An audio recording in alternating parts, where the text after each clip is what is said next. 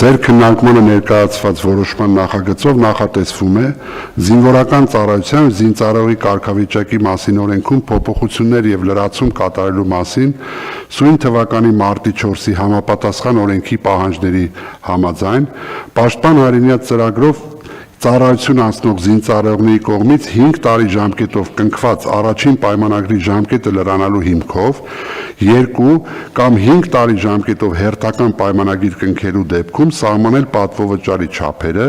2 տարի ժամկետով պայմանագիր կնքելու դեպքում 1.5 միլիոն դրամի չափով, իսկ 5 տարի ժամկետով պայմանագիր կնքելու դեպքում 5 միլիոն դրամի չափով։ Որոշման նախագծով փոփոխվում է նաև Պաշտպան հայրենիաց ծրագրով պայմանագրային ծառայության փոխադրվելու համար սահմանված ժամկետը, որի արդյունքում ծրագրով պայմանագրային զինվորական ծառայության անցնելու դիմում կարող են ներկայացնել պարտադիր զինվորական ծառայության 4 ամիսը լրացած զինծառայողները, նախկին 6 ամսվա փոխարեն։ Խնդրում եմ հավանության արժանացնել, շնորհակալություն։ Շնորհակալություն, պարոն Սարգսյան, այս ծրագրով կրթության պահանջ կա բարձրագույն թե Ոչ, պարոն փոխվարչապետ, խոսքը վերաբերում է պարտադիր ժամկետային զինծառայողների կողմից պայմանագրային զինծառայության անցնելուն եւ զորակոչվածները, ովքեր նախկինում 5 տարի ժամկետով ծառայում էին, ստանում էին զորացրվելիս 5 միլիոն պատվովճար, ներկայումս եթե իրենք շարունակեն ծառայությունը եւս 2 տարով, այսինքն 7 տարի ժամկետով դառնա, կստանան այդ 2 տարվա համար հավելյալ 1.5 միլիոն դրամ,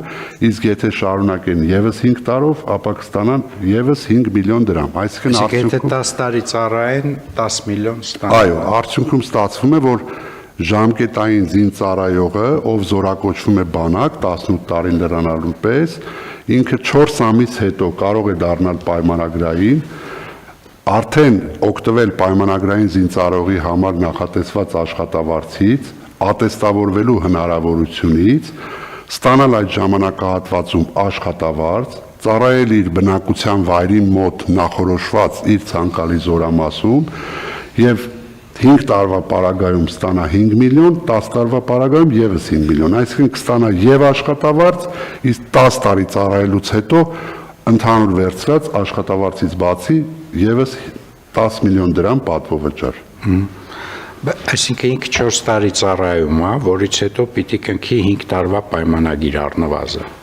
Ոչ, ինքը 4 ամիս ծառայում է, կնքում է 5 տարվա պայմանագիր, 5 տարին լրանալուց հետո ստանում է 5 միլիոն պատվովճարը,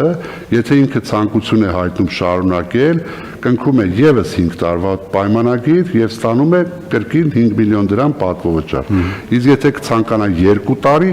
ապա կստացվի, որ 7 տարի ծառայության համար ինքը կստանա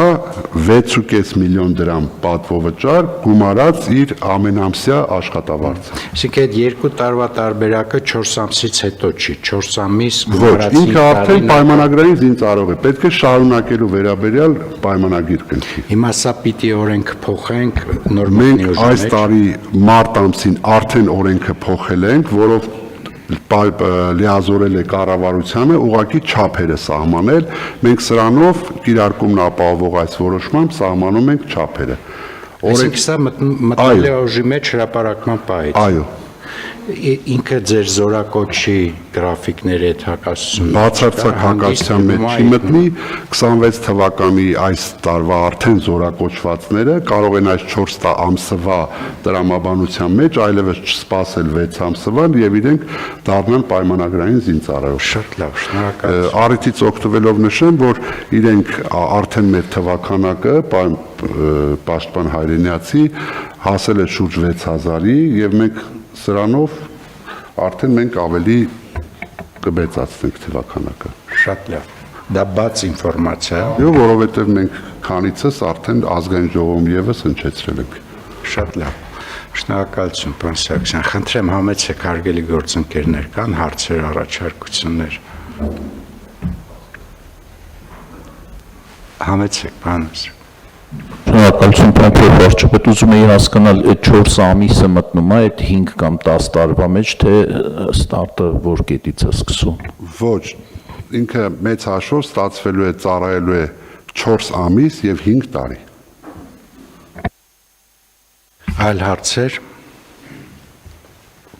չկան, առաջարկում եմ ընդունել որոշումը, ովքեր են դեմ